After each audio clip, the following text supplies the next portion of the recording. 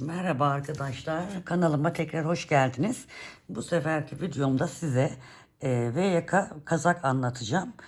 V yaka ve robadan başlama olarak anlatacağım. Nasıl yuvarlak kazaklarda şöyle göstereyim, yeni bitirdiğim kazağımı göstereyim. Şu şekilde yakadan başlama başlıyoruz. Aynı o şekilde V yaka kazağı da bu şekilde başlayacağız. Onun V'si tabii böyle gelecek.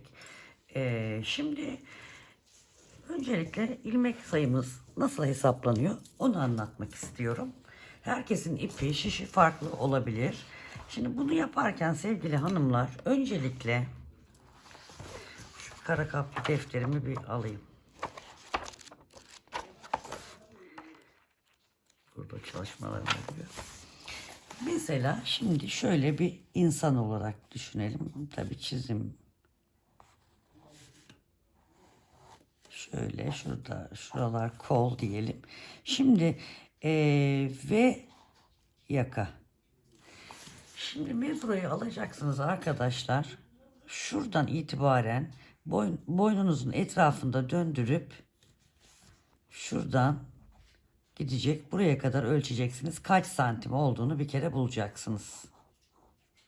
Ne kadar açıklıkta istiyorsanız ona göre santimi ayarlayacaksınız. Mesela kimisinin 55 santim olur, kimisinin 60 santim olur. Dediğim gibi mezroyu buradan dolandırın. İstediğiniz açıklıkta mezroyu ayarlayın. Benim mesela ben 55 santim benim için yeterli bir ve olacaktır. Şimdi ben öncelikle ilmek sayımı hesap etmek istiyorum. 55 santime kaç tane ilmekle başlamak istiyorum. Şimdi benim ipim, kullanacağım ipim bu. Yine kilo işi muher aldım arkadaşlar. Bu muher ipimden şöyle 18 tane ilmek attım. 18 tane ilmekten birkaç sıra ördüm. Şimdi ne yapacağım? Şöyle bir bakayım. İsterseniz 10 santim üzerinden yapabilirsiniz. 10 santim üzerinden daha önce anlatmıştım. Şimdi santim üzerinden bakalım. Şöyle baktığımda arkadaşlar şöyle yakınlaştırayım, siz de görün istiyorum. Şunu geriye itelim. Bakın 1 santime görüyorsunuz değil mi arkadaşlar? 1 santime bende 2 tane ilmek denk geldi. 1 santime 2 tane ilmekti. Siz de ne kadar öreceğiniz örnek ipinizle bu örnek çalışmayı yapın. 1 santime kaç tane ilmek geldiğini hesaplayın. Size burada ne kadar santim olduğunu bulacağınızı kendinize söylemiştim. Ne dedim? Ben 55 santim dedim değil mi? 55 çarpı 1 santimde 2 tane ilmek var dedim. Ve 110 tane ilmek benim için yeterli olacaktır. Bir tane de birleştirme ilmeği 111 tane ilmekle ben örgüme başlayacağım arkadaşlar. İlmeklerimi atacağım. Şimdi 111 bir tane de çift olması gerektiği için bir ters bir düz öreceğiz ya arkadaşlar. 2 tane burada mesela 111. Burada ben tersle başlasam tersle bitecek. O yüzden çift ilmek olması gerekiyor.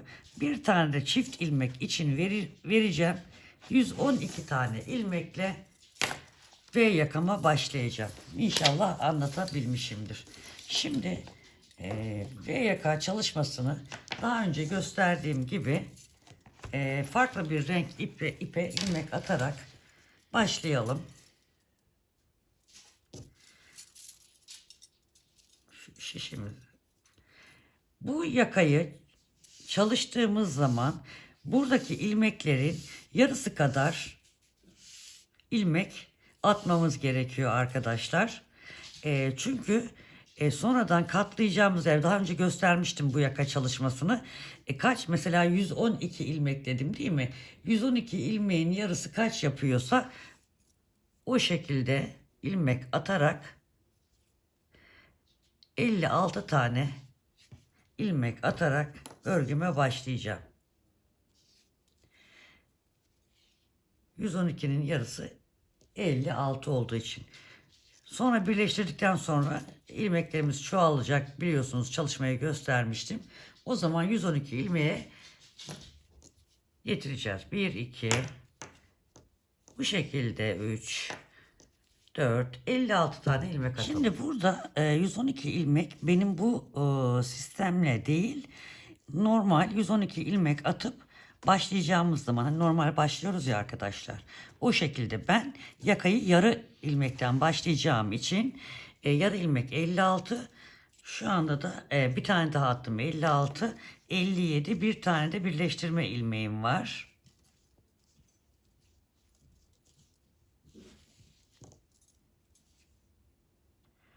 Şöyle hafif bir düğüm atıyorum.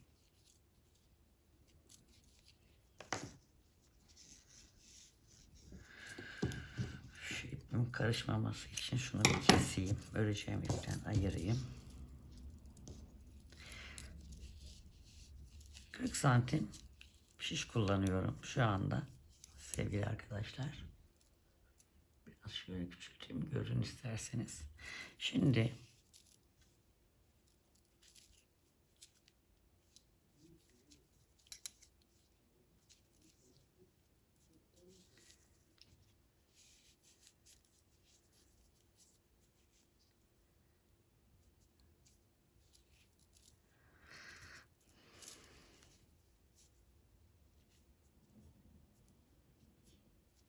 şu ilmeğimizi birleştirmemiz için bir tane fazla attığımız ilmeği sol şişimize geçirelim. Bunu da baştaki ilmeğimizin içinden geçirip şu şekilde yapalım arkadaşlar. Şimdi ipi kendimizden tarafa alıyoruz ve ters örgü örüyoruz bütün ilmeklerimizi.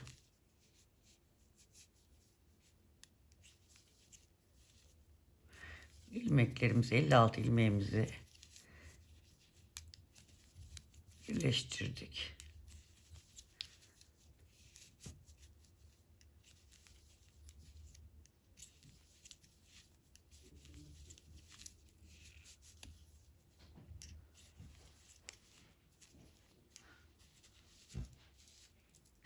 Evet, tamamladık.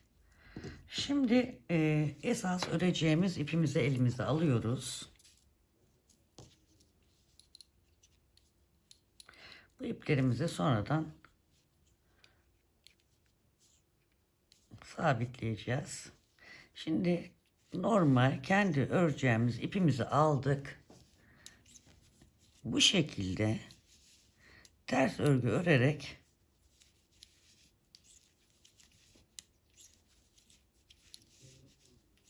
aynı şekilde örgümüze devam ediyoruz.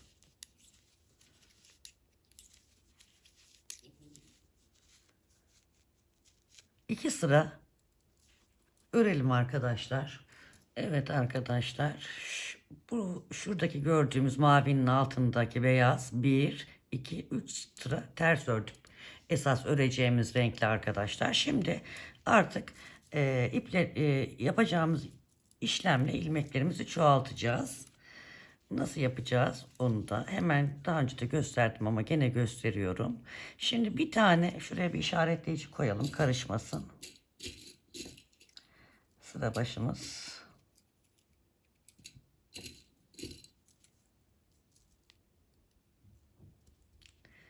Şöyle koyalım. Bir tane ters örüyorum. Sonra bir tane de bakın şurada beyaz var. O beyazı alıyorum. Yani beyaz derken siz de hangi renk ip kullanacaksanız oradaki renk o. Bunu alıyorum. Düz örüyorum. Bir tane ters örüyorum. Bir tane burada altta gözüken ilmeğimi alıyorum. Şişime takıyorum. Onu düz örüyorum. Bir ters örüyorum. Buradaki ilmeği yukarıya alıp şişime takıp bir düz örüyorum. Bir ters örüyorum. Bu vesile ile ilmeklerimiz 56'dan 112'ye çıkacak. Bir düz örüyorum. Bir ters örüyorum. Bir düz örüyorum.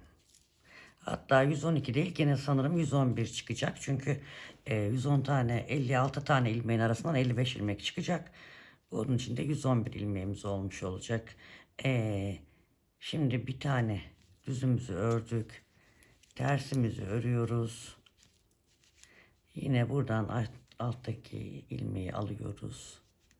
Şişimize takıyoruz. Düz örüyoruz. Tersimizi örüyoruz. Buradan aşağıdan ilmeği yukarıya kaldırıp düz örüyoruz. Şişimizdeki ipi ters örüyoruz. Alttan aldığımız yukarıya çıkarttığımız ilmeğimizi düz örüyoruz. Ters örüyoruz. Alttaki ilmeğimizi düz örüyoruz. Ters örüyoruz. Alttaki ilmeğimizi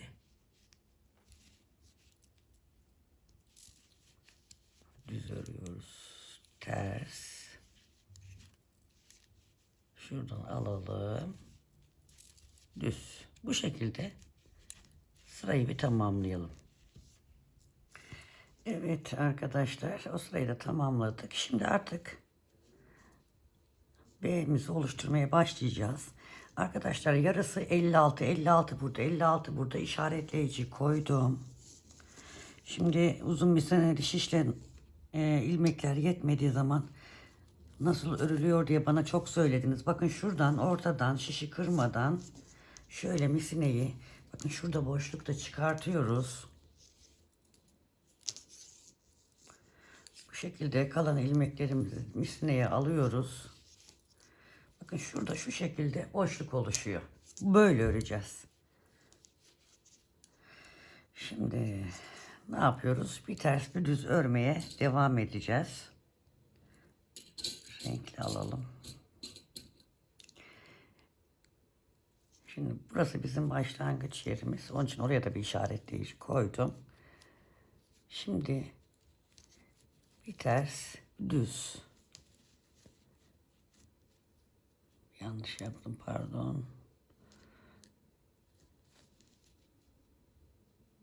Düz, ters, düz. Bir düz. Bir ters. Bir düz. Bir ters. Bir düz. Bir ters şeklinde işaretleyicimizin olduğu yere kadar örelim.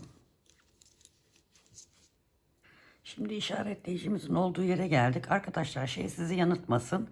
Hani 56 56 burada. Bir tane de ortada V'nin bir tane ilmeği sağından ve solundan artırarak V oluşturacağız. Tabii ki haliyle yuvarlak ördüğümüz için buradaki ilmekler eşit değil. Eşitleyemeyiz çünkü her iki düz veya her iki ters mutlaka bir ilmekler yan yana gelmesi gerekiyor. Farklı gelmesi için mecburen bir tarafta ilmek sayımız farklı. O sıkıntı değil. Şimdi işaretleyicimizi buraya geçirelim. İşaretleyicimiz buradayken şu düz ilmeğimizin her iki tarafından artırmalar yapacağız. Şu ortadan ilmeği kaldıracağım. Bir tane şöyle alacağım. İlmeği şuradan kendimizden taraftan dışarıya doğru alıp örüyoruz. İşaretleyicimi geçiriyorum. Bir tane düz örüyorum. Yanındaki ilmeği de kaldırıyorum. Bu defa şuradan arkadan göstermiştim zaten daha önce. Bu şekilde örüyorum. Diğer ilmekleri gördüğüm gibi tersi ters düz düz olarak öreceğim. Tekrar bir tur atıp bu işaretleyicinin olduğu yere gelene kadar bir ters bir düz örgü olarak örelim. Yalnız şurada size tekrar bir misineli şişi göstermek istiyorum arkadaşlar. Şimdi tekrar buradan şöyle misinemizi kırmadan şu şekilde tutuyoruz. Bakın şu uzun ilmeğimizi tekrar ilmekleri ona yerleştiriyoruz. Tekrar bakın bu şekilde öreceğiz. Onu ben size özellikle göstermek istedim. Yapamayanlar varmış. Bana mesaj atanlar var. Bu VYK'ya ilgili çok mesajlar geldi. İlla anlatın diye. O yüzden ben de anlatmaya uygun buldum. Dediğim gibi misinalı şişi de çok soran var. Uzun şişle nasıl yuvarlak örülüyor? İlmekler işte yeterli olmuyor. İşte şişi kullanamıyoruz. Bu şekilde herkes de her santim şiş olmak zorunda değil zaten. Olamayabilir. Bu gösterdiğim şekilde misineyi ortadan çıkararak yapılabilir. Gayet de kolay. Ben aslında bir farklı yöntem daha yapıyorum. İlla oradan çıkartmıyorum şişi. Hemen onu da şu anda size göstereceğim. Bakın ben şöyle de yapıyorum. Şimdi bu şişimi çıkartıyorum. Bu aradaki boşluğu da alıyorum. Bakın burada ilmekler de gerilmemiş oluyor. Ben şu şekilde alıyorum. Bakın şöyle. İpimi de alıyorum. Kaldığım yerden bu şekilde mesela terste kalmışım. Ters örmeye devam ediyorum. Düz örüyorum. Ters örüyorum. Düz örüyorum. Ters örüyorum. Ben bu şekilde de yapıyorum.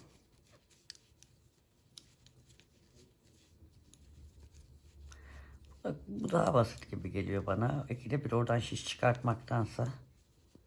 Mesela ne yapacağız? Şunu hemen uzatıyorum. Şu aradaki boşluğu buradan alıyorum. Bu şekilde.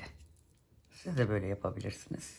Hangisi kolayınıza geliyorsa o şekilde yapabilirsiniz.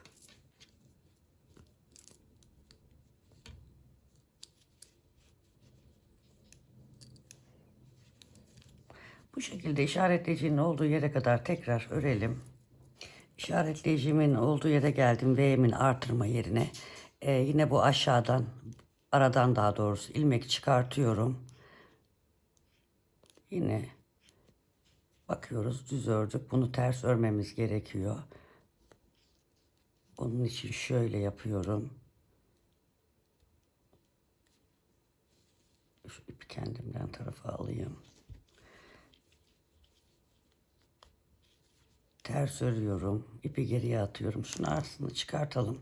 Şimdi şu V'yi bu sefer örmeden alıyorum. Tekrar buradan şu ipi kendime alıyorum. Ters olacak buradaki de. Hemen şu şekilde ipi yukarıya çıkartıyorum. Bakın şu arkadan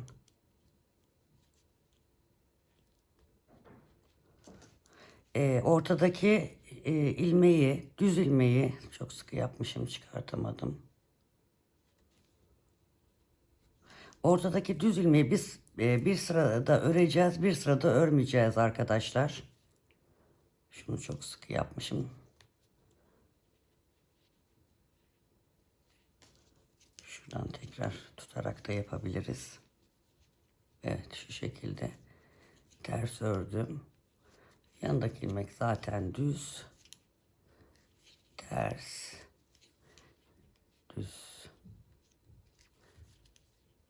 Dediğim gibi düz ilmeğin yanındaki ters olursa ona göre artışı yapacağız, yani alacağız.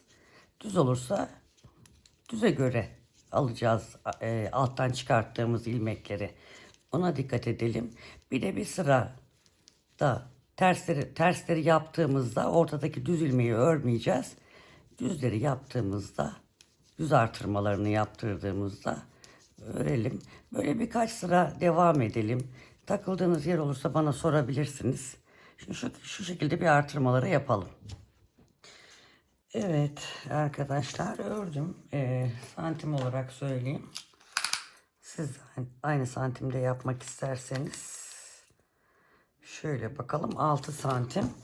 Artık şu başlangıç yaptığımız mavi iplerimizi kesebiliriz. Keserken dikkat edin, ördüğünüz ipi kesmeyin.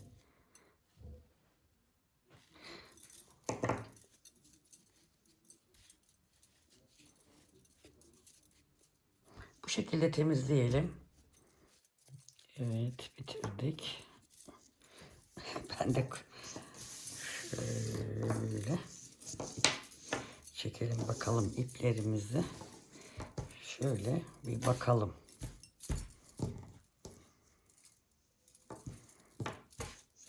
Yakamıza bakalım. Bakın, oldukça güzel bir çalışma yapmış olduk.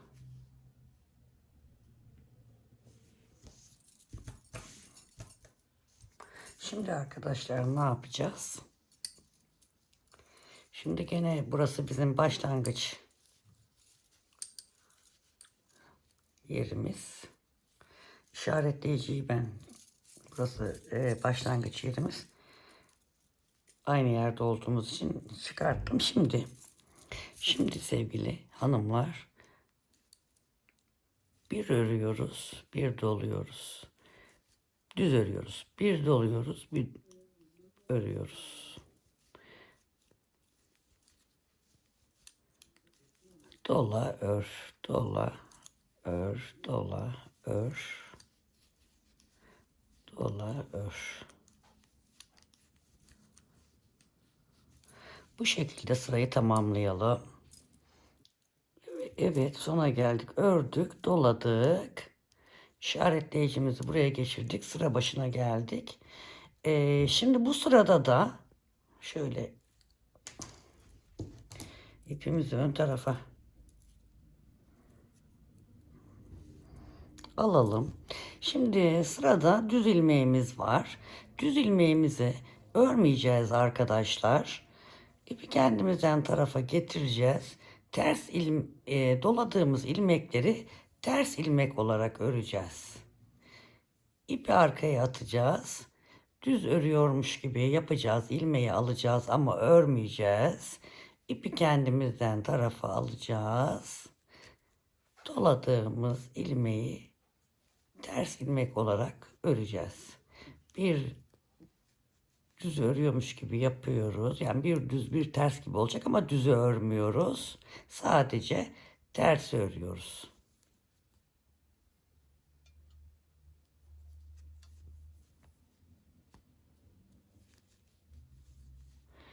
Düzü örmüyoruz. Örer gibi yapıyoruz. Şişimizi alıp geçiriyoruz. Tersi örüyoruz. Düzü örmüyoruz. Tersi örüyoruz. Bu sırayı da bu şekilde tamamlayalım. Evet, o sırayı da tamamladık arkadaşlar. Şimdiki sıramızda ne yapacağız? Hemen gösteriyorum. Şimdi bir önceki sırada tersleri ördük, düzleri örmedik. Şimdi düzleri örüyoruz. İpi kendimizden tarafa alıyoruz. Tersi örmüyoruz. İpi arkaya atıp düz örüyoruz. Ters örmüyoruz. Düz örüyoruz. Tersi örmüyoruz. Düz örüyoruz. Ters örmeyip düz örüyoruz. Bu sırayı da bu şekilde tamamlayacağız. Evet, o sırayı da tamamladık arkadaşlar. Şimdi düzleri örmeyeceğiz. Tersleri öreceğiz. İlk sıradaki gibi düzleri örmeyeceğiz. Tersleri öreceğiz. Düzü örmeyeceğiz. Tersleri öreceğiz. Yani bu yaptığımız iki sırayı tekrar edelim. Evet, tamamladık arkadaşlar. Dediğim gibi o iki sırayı da tamamladık. Şimdi ben kafanız karışır diye şöyle bir not aldım. İsterseniz bunun bir ekran görüntüsünü şöyle alın. Çünkü bir örme insanın kafası karışabilir.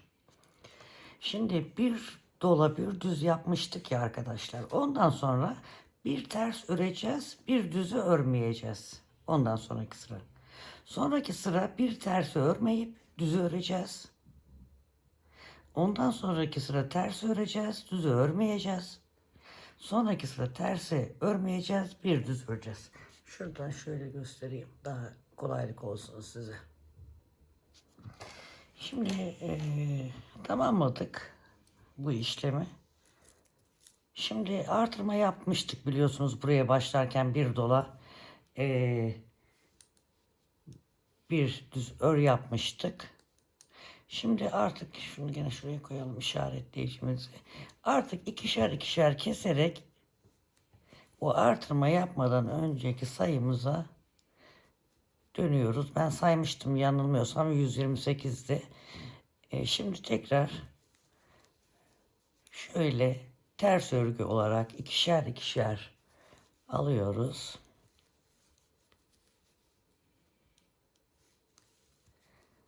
Eski haline getiriyoruz.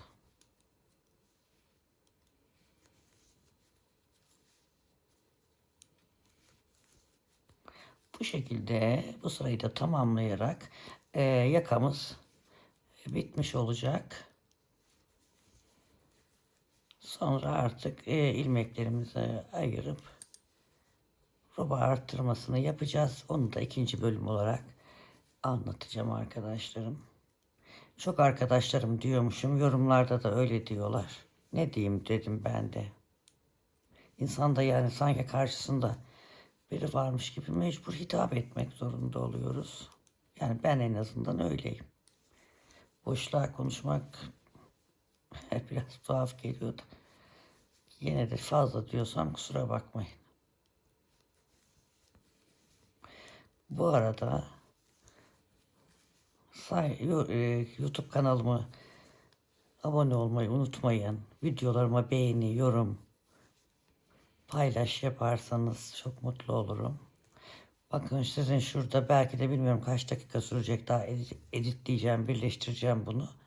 Bilmiyorum kaç dakika, belki 15, belki 20 dakika, artık kaç dakikaysa siz bunu öyle izleyeceksiniz ama ben şunu sizin önünüze getirmek için akşam 6'dan beri çalışıyorum. Şu anda saat sanırım gece 1:30 falan olması lazım. O yüzden emeğimize saygı, en azından benim emeğime sizden rica ediyorum.